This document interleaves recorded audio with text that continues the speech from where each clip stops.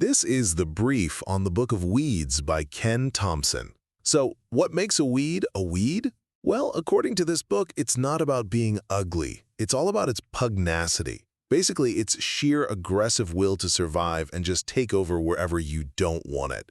Okay, first up is speed. I mean, pure, unbelievable speed. You've got plants called ephemerals, like annual meadowgrass, that can go from a tiny seed to dropping new seeds in less than a month.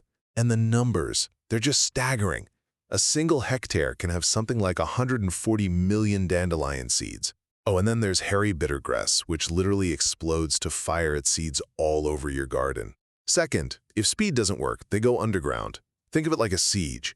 You have these things called rhizomes. They're basically underground stems that let a plant like horsetail travel up to 100 meters, way down deep. And what about dandelions? Their deep taproots are just like the mythical hydra, you know? You chop off the top, and it just grows back with even more heads. And finally, here's a twist. What we call a weed is kinda subjective. Get this, a lot of our worst offenders, think Japanese knotweed, were actually brought in as beautiful prize garden plants. So, a weed isn't some special type of plant. It's often just a flower that got a little too good at surviving. So, when you put it all together, weeds are really just these biological marvels that use speed, deep roots, and massive numbers of seeds to completely outplay us. It makes you realize that weeding isn't just gardening. It's a battle against plants that have literally evolved to ignore you.